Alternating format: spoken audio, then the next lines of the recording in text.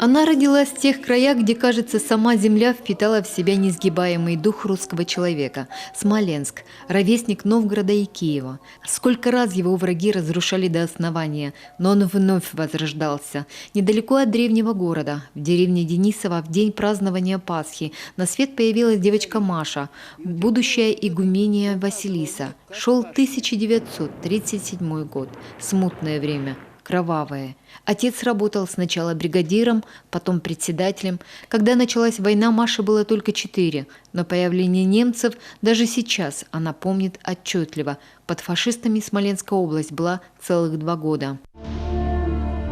Танки шли страшные.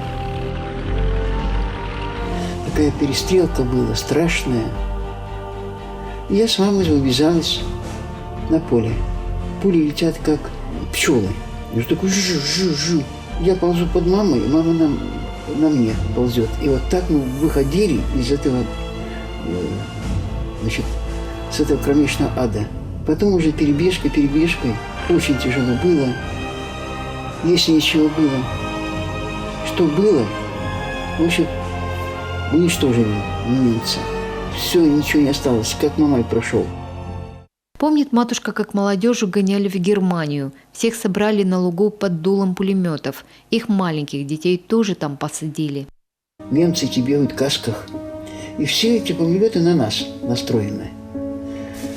Ну, значит, дети пришли с бани и есть хотят. Мам, есть хотим. И Царство Небесное, Аксинья, она пошла домой и принесла вот такой каравай хлеба. И начала детям раздавать этот хлеб. Понимаешь как? Да такой же хлеб вкусный. По сей день я помню запах этого хлеба и вкус этого хлеба. Тогда детей отпустили по домам. Игумения Василиса вспоминает, мол, были среди немцев и порядочные. Один из них им сестрой дал макароны с тушенкой. Было вкусно. Я вот помню, что моя бабушка, так, пристрелка такая была, а у нас во всех ведь соломенные крыши были. И бабушка мне говорит, надо идти, значит, с иконой. А дед говорит, куда ты пойдешь? Смотри-ка, там тебя убьют, говорит, как пули летят, как мухи. Вот, и бабушка взяла икону, и вот бабушка пошла, обошла, и слава Богу, то перелет, то недолет, то перелет, то недолет, и осталась наша изба целая. Слава тебе, Господи. Вот ведь как. Молитва что делает? Вот так с молитвой и пережили войну.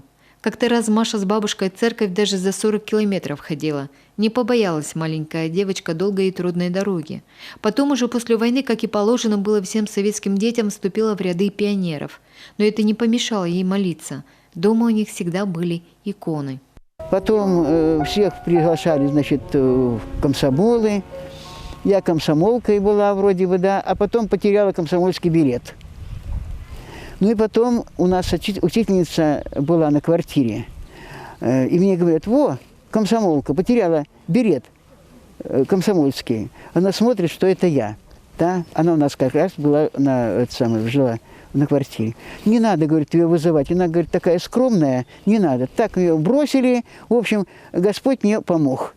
Меня не вызывали, так я и перестала. Бабушка моя ставила нас на колени, дети, молитесь, научила нас и Отче, Богородицу, и, в общем, все, что она знала, то и мы. Уже после школы выучилась в Ленинграде на медсестру. Вернулась в родной Смоленск. Работала везде, где только можно. На железной дороге, дояркой на ферме, заведующей детским садом.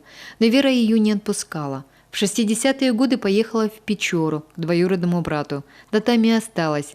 Ходила в молитвенный дом.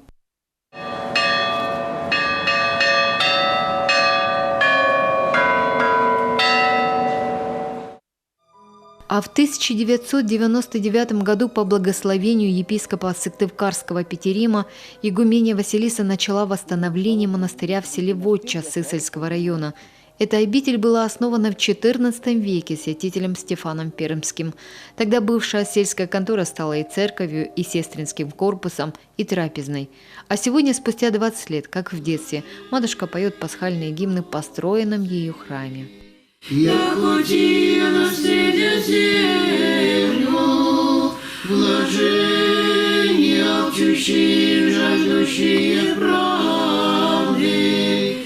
Елена Кононова, Владимир Кривцон, телеканал Юрган.